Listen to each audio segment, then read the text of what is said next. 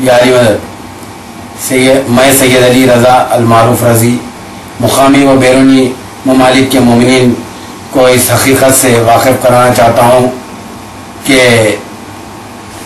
مجھے یہ اطلاع ملی ہے کہ دبئی میں یہ بات مشہور کی گئی ہے کہ عباس حسین صاحب جو کہ ذاکری کرتے ہیں وہ اور ان کے چند چاہنے والے یہ کہتے ہوئے مجھ پر تہمت باندھ رہے ہیں کہ ساتویں امام کی حدیث بازم سیدانی کا نکاح غیر سید سے کرنے کے تعلق سے ولایت المومنین میں جو حدیث شائع کی گئی ہے وہ حدیث اس حدیث کو میں عباس حسین صاحب کے یہاں سے لیا ہوں.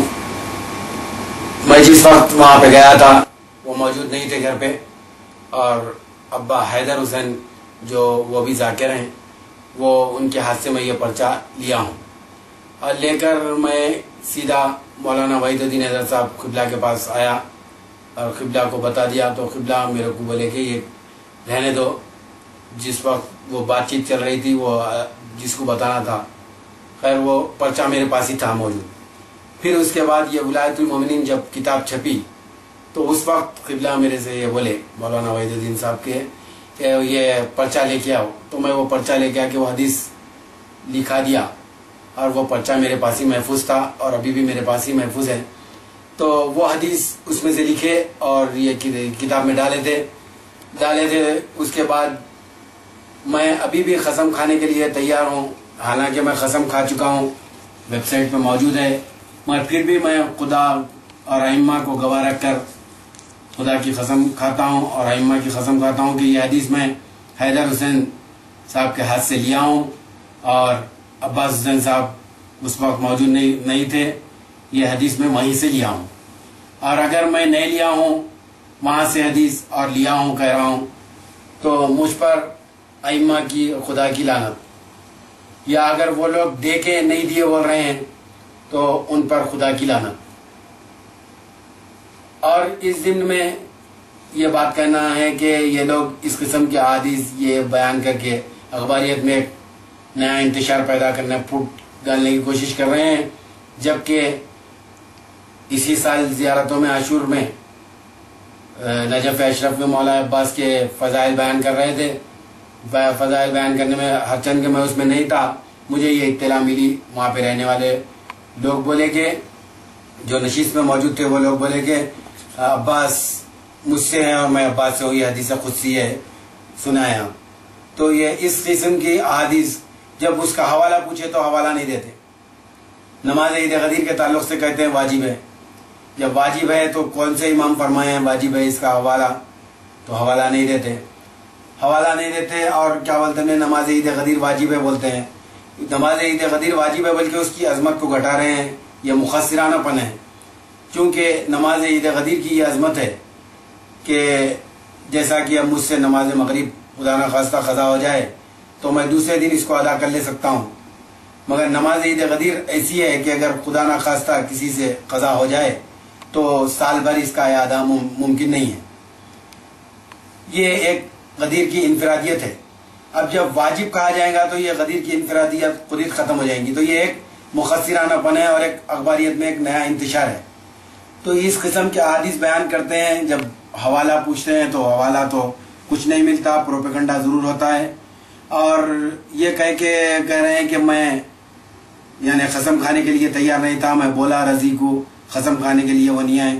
تو میں ابھی بھی قسم کھا چکا ہوں، پھر کھایا ہوں، اور پھر الحمدللہ میں کئی بار کا ظاہر ہوں، اور خدا نے مجھے پیدل زیارت سید الشہداء کا شرف بھی دیا ہے، تو میں نے پیدل بھی زیارت کی ہے.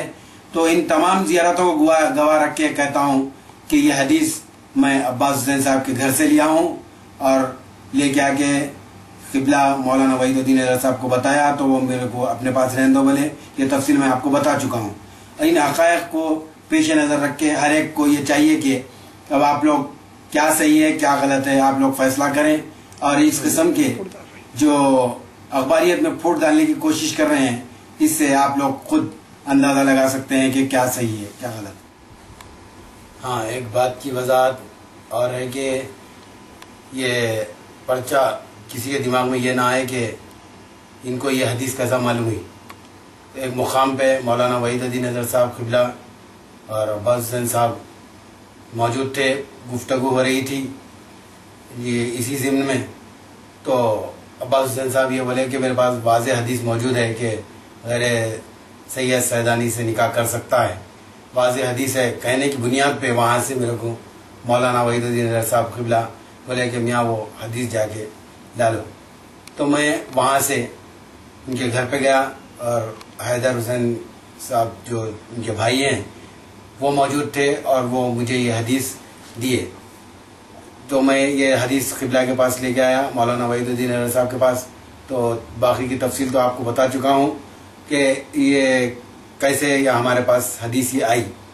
اور دوسرے یہ بات ہے کہ جب اختلاف پھوٹ ڈالنا چاہتے ہیں تو احادیث کو ذریعہ بنا کے پھر یہ کہ کہتے ہیں کئی تقاریر اب وہ اس میں یہ بھی کہتے ہیں کہ اللہ خود آدم کو جنت سے نکالا اور وہ خود سزا دے رہا ہے. تو اس میں عقیدہ جبر ثابت ہو رہا ہے کہ خیر ہی و شر ہی من اللہ تعالیٰ ہو جا رہا ہے. یعنی انہیں خود جنت سے نکالو بولا، یعنی آدم کو کھاؤ بولا پھل، پھر اس کے بعد وہ خود جنت سے نکال دیا. اس قسم کے کئی احادیث ہے کہ کتنے چیزوں کی وضاحت کی جائے تو یہ اس قسم کے احادیث بیان کرنے کے بعد کچھ بات چیت کرنے کا کوئی مطلب نہیں نکلتا. بس یہی رہتا ہے کہ بس ان کے کچھ چاہنے والے جو کچھ غلط پروپیگنڈا کرتے ہیں، ائمہ کو گواہ رکھ کے اگر ان کے چاہنے والے بھی یہ غور کریں کہ کیا کہہ رہے ہیں، کس کی شان میں کہہ رہے ہیں، یہ بات سوچنا چاہیے. اور احادیث کے تعلق سے جب یہ ہے کہ چوتھے امام خود فرماتے ہیں کہ مجھے وہ اذیت کم ہے جو شمر نے دی ہے، میرے بابا کا گلا کاٹا ہے، اور وہ اذیت زیادہ ہے جو دین میں کوئی بات نہیں ہے اور کوئی شامل کر رہا ہے، حدیث نہیں ہے اور حدیث کہہ رہا ہے. تو سوچنا چاہیے کہ کیا کر رہے ہیں. اگر یہ حدیث نہیں ہے اور کہہ رہے ہیں تو میں اس سے پہلے بھی کہہ چکا ہوں، ابھی بھی کہہ رہا ہوں کہ کیا بولتے نے یہ حدیث وہیں سے لیا ہوں اور پوری تفصیل بھی بیان کر چکا ہوں. اس بارے میں اگر آپ لوگ مولانا وحید الدین اظہر صاحب قبلہ سے اگر پوچھنا چاہتے ہیں تو ان سے پوچھ سکتے ہیں کہ ان کی نشست میں یہ بات ہوئی کہ ان کے پاس حدیث موجود ہے. تو حدیث موجود ہے بولنے کے بعد میں جا کے ان کے گھر سے یہ حدیث لیا. نہیں تو ہم اگر انہوں نہیں بولتے تو ہم کو معلوم بھی نہیں ہوتی تھی کہ یہ حدیث ہے بول کے انہوں جب بتائے تو معلوم ہوا. اس واسطے ہم لوگ کیا بولتے ہیں یہ حدیث لائے. یہ تمام حقائق میں بیان کرنا اس لیے ضروری سمجھا کیونکہ مجھ پر تہمت باندھی جا رہی ہے کہ میں قسم نہیں کھاتا ہوں. بولا میں تو قسم کھانے کے لیے ہر وقت تیار ہوں، کھا چکا ہوں اور آئندہ بھی تیار ہوں.